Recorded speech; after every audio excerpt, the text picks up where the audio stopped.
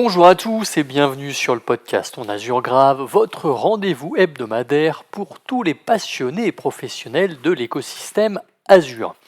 Je m'appelle Arnaud Morvillier, je suis architecte solution cloud Azure MVP et fondateur de la société Grouna. Ce nouvel épisode est l'occasion de décrypter ensemble l'actualité Azure de la semaine 34 qui s'étale du 19 au 25 août.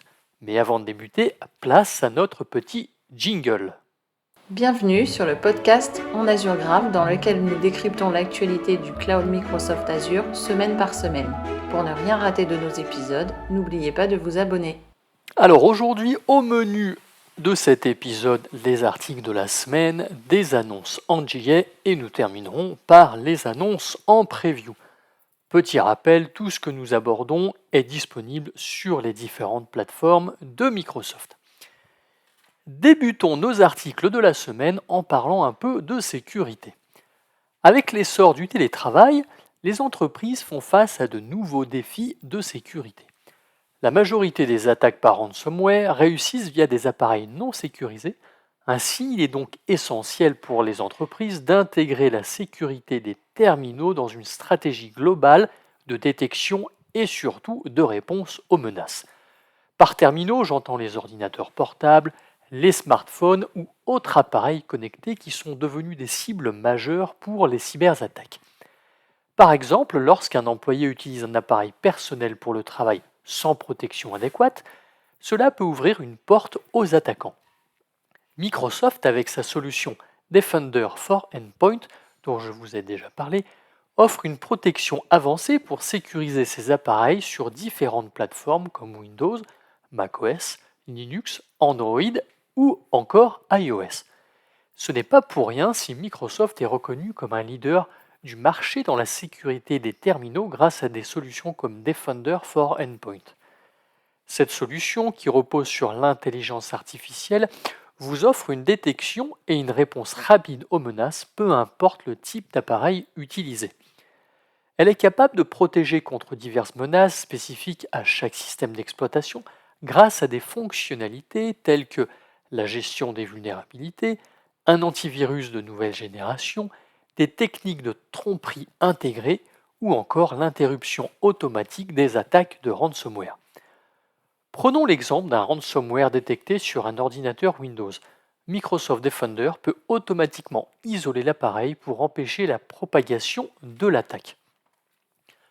Ce n'est pas tout puisque Microsoft offre également une solution adaptée aux PME, Defender for Business, qui permet de bénéficier des mêmes technologies de protection avancées que celles utilisées par les grandes entreprises. Cette solution est conçue pour être plus facile à utiliser sans nécessiter une expertise en sécurité, ce qui est crucial pour les PME, souvent ciblées par des attaques de ransomware et avec des ressources humaines limitées. Defender for Business propose des politiques prêtes à l'emploi et des rapports de sécurité simplifiés pour aider les petites entreprises et moyennes entreprises, évidemment, à comprendre et améliorer leur posture de sécurité. Et pour anticiper les cybermenaces, Microsoft intègre désormais des technologies d'IA générative avec Microsoft Copilot for Security, permettant aux analystes de sécurité d'enquêter plus rapidement sur les incidents et de réagir de manière plus efficace. Avec Copilot, un analyste peut utiliser un langage naturel pour effectuer une recherche avancée sur une menace détectée, ce qui accélère le processus de réponse.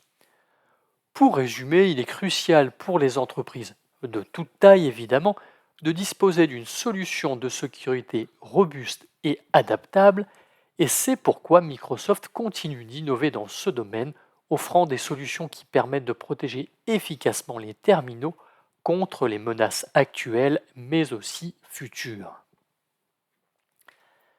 Avez-vous déjà entendu parler du Microsoft AI Tour ?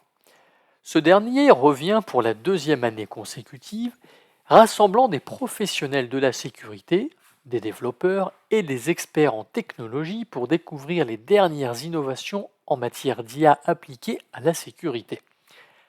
Cet événement gratuit d'une journée se déroulera dans plusieurs villes à travers le monde, notamment en Amérique latine, en Europe, au Canada, en Australie, en Nouvelle-Zélande en Afrique du Sud et bien évidemment aux États-Unis. Il débutera en septembre 2024 et continuera tout au long de l'année avec des événements prévus jusqu'en 2025. Pour ceux intéressés et qui vivent en France, sachez qu'il se déroulera à Paris le 22 octobre 2024 avec notamment l'intervention de Satya Nadella que je ne présente pas, ou encore Corinne de Bilbao qui est juste présidente de Microsoft France. Alors vous allez me dire un événement de plus, mais qu'est-ce qui le diffère des autres ?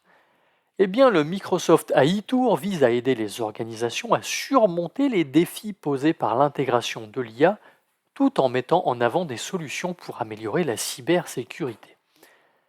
Microsoft souhaite démontrer comment les entreprises peuvent utiliser l'IA de manière sécurisée pour stimuler l'efficacité, mais aussi pour créer de la valeur durable. Par exemple, et comme on l'a vu sur notre sujet précédent, l'utilisation de Microsoft Copilot for Security qui permet de protéger les données à grande échelle et à la vitesse de l'IA, ce qui est crucial dans un monde où les cybermenaces évoluent constamment. Les participants auront l'occasion d'assister à des présentations par des cadres de Microsoft sur des sujets clés concernant l'IA et évidemment la cybersécurité, de participer à des sessions pratiques et des démos pour mieux comprendre comment les outils peuvent être intégrés dans leur système existant pour améliorer la sécurité et l'efficacité opérationnelle, mais aussi échanger avec des experts et des pairs pour explorer les meilleures pratiques et stratégies pour l'adoption de l'IA dans un cadre de sécurité. Et ce n'est pas tout, puisqu'en parallèle du AI Tour, Microsoft organise également des événements spécifiques appelés Microsoft Security Discovery Day dans certaines villes comme en Colombie, Mexique, Brésil et au New York. Ces journées sont spécialement conçues pour les professionnels de la sécurité et les décideurs informatiques, offrant un contenu approfondi sur les stratégies de sécurité, les outils de gouvernance de l'IA et les meilleures pratiques pour sécuriser l'intégration de l'IA dans des infrastructures technologiques. Alors si vous n'avez rien de prévu le mardi 22 octobre et que le sujet vous intéresse, n'hésitez pas à vous inscrire et en plus c'est gratuit. Terminons nos articles de la semaine avec un dernier sujet autour de la sécurité. Le gouvernement américain, via le mémorandum M2209 publié en janvier 2022, a exigé que toutes les agences adoptent une architecture de cybersécurité Zero Trust d'ici le 30 septembre 2024. Oui, c'est une deadline assez serrée quand on y pense. Cette directive vise à renforcer la sécurité en mettant en place des mesures strictes de vérification des identités et des accès. Pour ceux qui bossent dans l'écosystème Microsoft, l'entreprise américaine a adopté les principes de Zero Trust dans ses propres opérations et à travers ses produits de sécurité comme Microsoft Entra ID. Pour rappel, l'approche Zero Trust repose sur l'identité que personne, qu'il s'agisse d'un employé, d'un sous-traitant ou d'un partenaire, ne doit être automatiquement approuvé même s'il se trouve à l'intérieur du réseau de votre organisation. Chaque utilisateur et appareil doit être vérifié en permanence. Bref, on ne fait confiance à personne. Pour y parvenir, Microsoft propose plusieurs fonctionnalités pour aider les agences gouvernementales à se conformer aux directives Zero Trust. Tout d'abord, Microsoft Entra ID. Utilisé comme système de gestion d'identité centralisé, il permet une authentification multifacteur renforcée contre le phishing et une gestion centralisée des identités et des accès. Par exemple, une agence peut exiger que tous les utilisateurs s'authentifiant avec des cartes d'accès ou des clés de sécurité peuvent accéder à des informations sans mot de passe, ce qui réduit la probabilité d'attaque par phishing. Ensuite, l'accès conditionnel. Cette fonctionnalité permet aux agences de créer des politiques d'accès basées sur des critères tels que l'identité de l'utilisateur, l'état de l'appareil ou encore le niveau de risque. Prenons l'exemple d'un utilisateur qui accède à partir d'un appareil non sécurisé ou d'un emplacement inconnu et qui pourrait être soumis à une authentification plus stricte. Et enfin, une collaboration interorganisationnelle sécurisée. Grâce à Microsoft Entra External ID, les agences peuvent faciliter la collaboration entre différentes organisations sans nécessiter plusieurs jeux de mots de passe, réduisant la complexité et les risques de sécurité. D'ici 2026, toutes les agences gouvernementales américaines doivent avoir atteint une architecture Zero Trust pleinement mature. C'est aussi pour cela que Microsoft continue d'élargir ses offres et de publier des directives pour faciliter cette transition en se concentrant sur des améliorations de sécurité et des outils de gestion plus intégrés. Alors je ne vais pas faire un parallèle avec la France, mais il serait bien également que toutes les organisations françaises puissent effectivement adopter ce genre de mécanisme. Enchaînons maintenant avec les annonces en JA et la première est plutôt cool. En effet, il est désormais possible d'attacher et de détacher des VM directement au sein d'un Virtual Machine Scale Set, mais uniquement avec le mode d'orchestration flexible.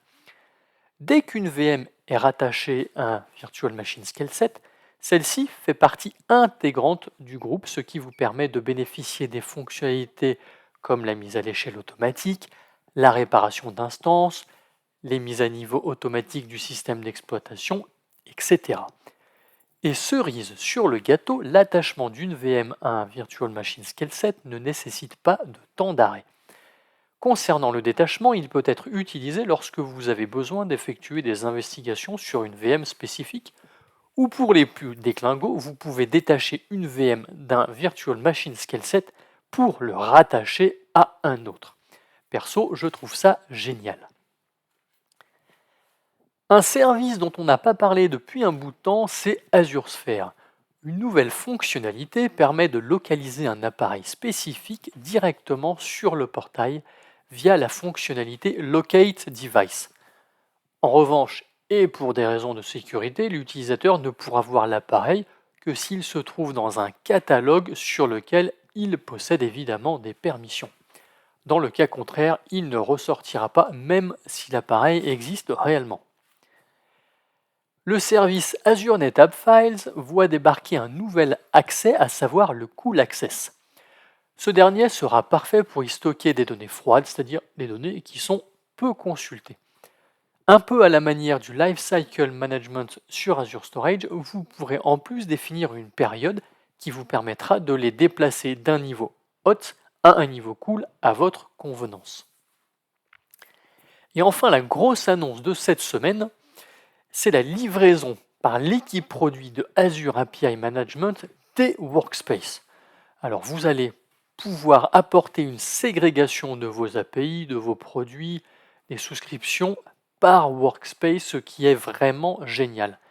Et surtout, c'était attendu depuis très longtemps par les clients qui souhaitent mutualiser leur API Management au vu du prix de cette ressource quand ce n'est pas un SKU développeur.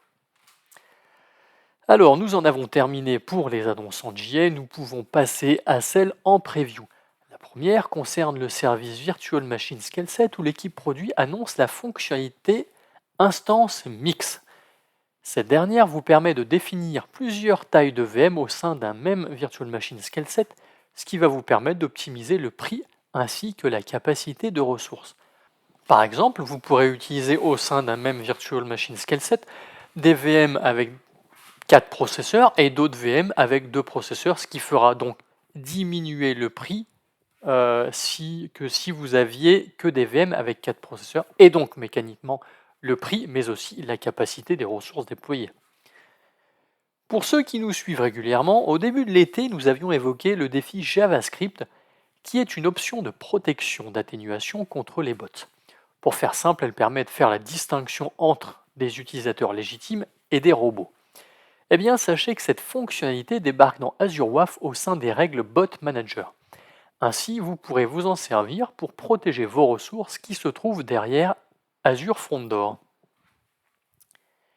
Et enfin, la dernière annonce de notre épisode du jour est consacrée à Azure Storage. Une nouvelle fonctionnalité, Planned Failover, offre la possibilité de basculer un compte de stockage tout en conservant la géoredondance sans perte de données ni coût supplémentaire. Cela permet de switcher vos points de terminaison primaires et secondaires, très utile lorsque vous souhaitez par exemple réaliser des tests de reprise après sinistre ou encore une récupération après une panne d'un service qui n'est évidemment pas lié à Azure Storage. Voilà, notre épisode touche à sa fin. Merci de nous avoir suivis. N'hésitez pas à vous abonner et à partager cet épisode. Pour ma part, je vous donne rendez-vous à la semaine prochaine. Bonne journée à vous.